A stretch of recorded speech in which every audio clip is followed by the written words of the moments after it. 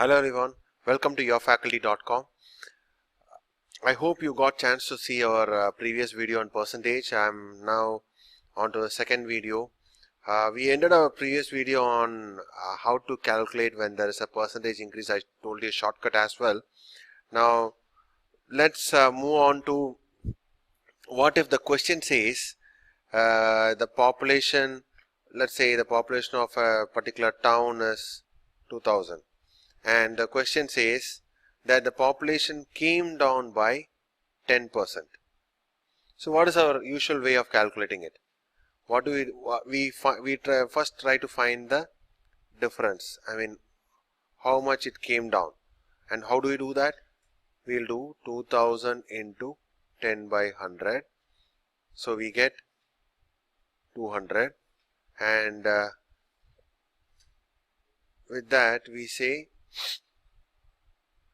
it came down by the new population is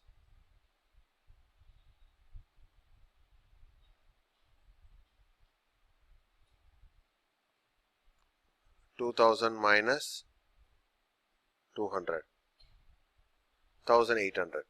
Now what if the question says, now let's look at like our previous example on increase, let's look at it in a different angle. So how did you calculate the new population? The total expressions can be written as 2000 minus 2000 into 10 by 100. Okay, so what do you get here? You take 2000 out and you get 1 minus 10 by 100. And what is this 1 minus 10 by 100? You can write it as 1 minus 0.1, which is equal to 0.9. So here is the magic figure. So this is the integrating factor that we need to look out for. So since in GRE and CAT you are provided the calculator, what you need to just do, if the question says that a particular value came down by 10% or 15%, all that you have to do is multiply that number by 0.9 if it is 10%. Now let's quickly think about 20%. What would it be? It basically means 1 minus 20 by 100, which would mean 1 minus 0.2, which would be equal to 0.8. So for 20% it became 0.8. 30% you need to multiply it by 0.7. 40% you need to multiply it by 0.6. Now that is, remember, they are all decrease. Now the decrease is just 5%. What do you do in that case? You need to be very careful here. You need to multiply the value by 0.95. How did this come? Please watch this space. 1 minus 5 by 100. This is the expression. So you get 100 minus 5 by 100 is equal to 0.95. So you should remember that you should assume that the value on the decimal portion is 100 and then subtract the percentage value out here. So then you will get values like this. So for this, for an easy remembrance, that if it is 20%, you need to assume that the decimal portion is 100 and you are subtracting 100 minus 20, which is 80. And this is the actual logic which I explained out here. So I hope you are understanding it. Okay. So you get 0.95 if it is 5%. If it is 7% decrease, it is multiplied by 0.93. Now in a particular problem, they say that population of a town first decreased by 10%, then increased by 5%, then decreased by 2%, and finally then increased each year, year 1, year 2, year 3 and year 4. Then increased by 7%. Now, you don't have to waste your time. If a calculator is already provided to you in the exam, all that you have to do is you have to do this calculation. 2000 is the population, decreased by 10%, 0.9. So this for the first year. Next year, it increased by 5%. We are taking this value and then doing the same calculation, right? So it increased by, and in from a previous video you know that it is 1.05, and it decreased by 2%, and from our calculation out here we know that it is 0.98, and then it increased by 7%, which is 0.7, and whatever is the value is your new population. So what you see here is you don't have to separately calculate for each year and then take that value, carry over that value for next year and then calculate that separately. With this method, you just need to continuously multiply and you will finally get the value that you are looking for. So I hope you understand what I am trying to say. In case you have any doubts, please send us an email at info@yourfaculty.com. This is our website, yourfaculty.com.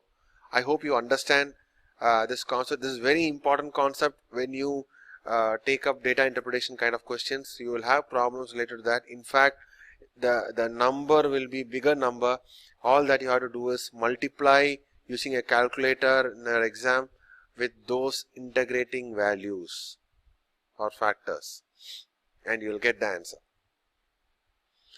Now, so we have done increase, we have done decrease, and we have seen problems where there are both the kind of things.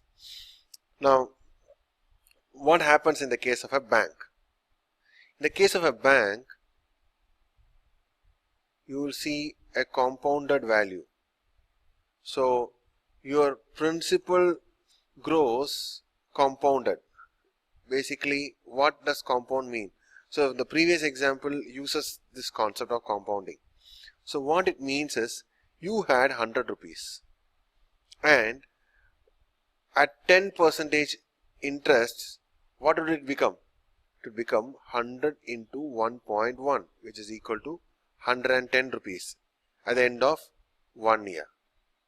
Now, you need to do the same calculation if it is a, let's say, a recurring deposit. What happens? This 110 becomes the new principal and it grows at 10% again for the second year. And at the end of second year, what happens? 110 into 1.1, you get, so 11 into 11 is 121 and 0. So you get 121. So at the end of second year, you get 121. Okay.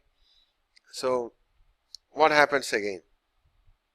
You take 121 and do a 10% of it.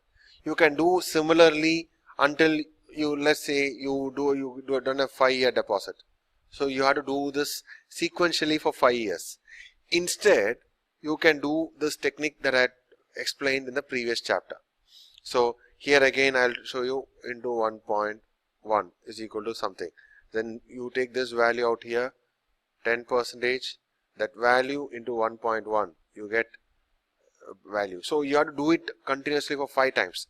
Instead, what you do here, you take 100 as the number and multiply 1.1 and you get for first year. And that value you are taking and again multiplying by 1.1. So you get that. You are again multiplying it by 1.1. So third year. You are multiplying it by 1.1 fourth year. You are multiplying by 1.1 fifth year. So what do you get?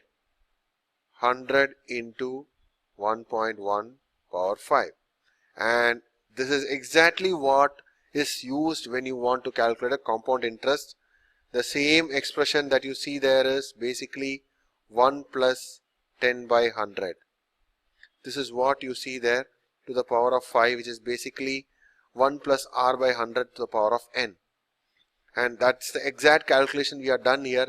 Please try to correlate this percentage increase year on year is basically used here to calculate the final value at the end of 5 years. So I hope you understand. I'll move on to a problem now. So these are the typical trivia problems that you come across in any exam. You shouldn't be wasting too much time in such questions because it's very easy.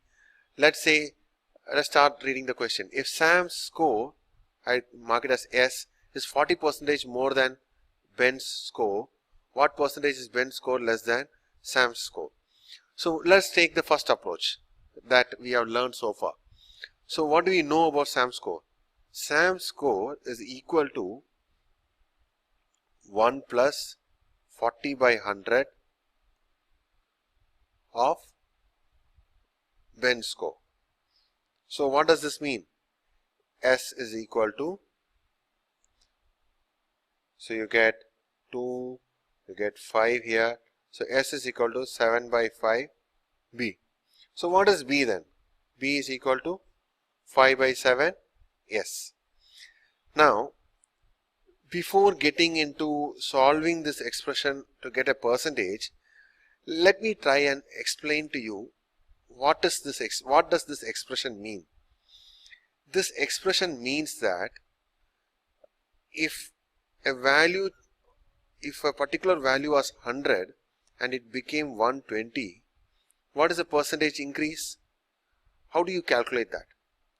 So a percentage change is generally calculated by initial value minus final value by initial value. So what does this mean? This means we take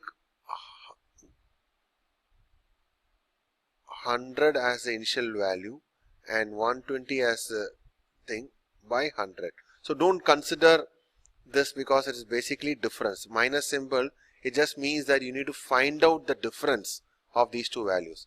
So you get 20 by 100. Now if it is vice versa, if 120 became 100, how do you do that? You do 120 minus 100, the difference is still the same, by the base has changed. What was the initial value in this case? The initial value was 120 because 120 became 100. So what happened here? It became 20 by 120. So which is basically 1 by 6 of 100, basically 1 by 600.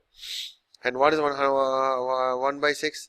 We have already done that calculation in our earlier exercise. So I don't want to repeat it out here. So it's basically that. Now to try to solve this same problem over here, 5 by 7s. So what was the initial value of B? How can we represent this? We can represent this as 1 minus 2 by 7 of S. How did we do that? If you try to split this, we get 7 minus 2 by 7. And what do you get? What do you mean by this? It just means that it is 2 by 7 into 100 will be the percentage change. Now here is a shortcut way for such problems. Let's assume that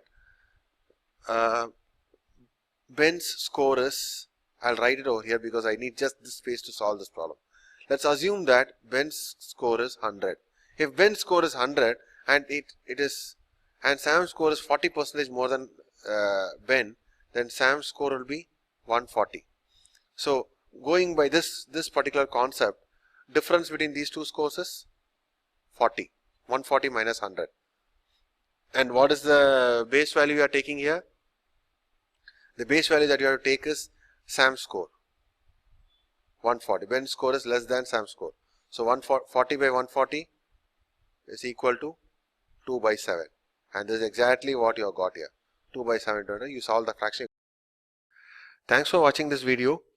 You can follow us in our YouTube channel, Your Faculty channel, and you can also like us in our Facebook page and LinkedIn page. We also have our blogs where we share our quiz on a regular basis.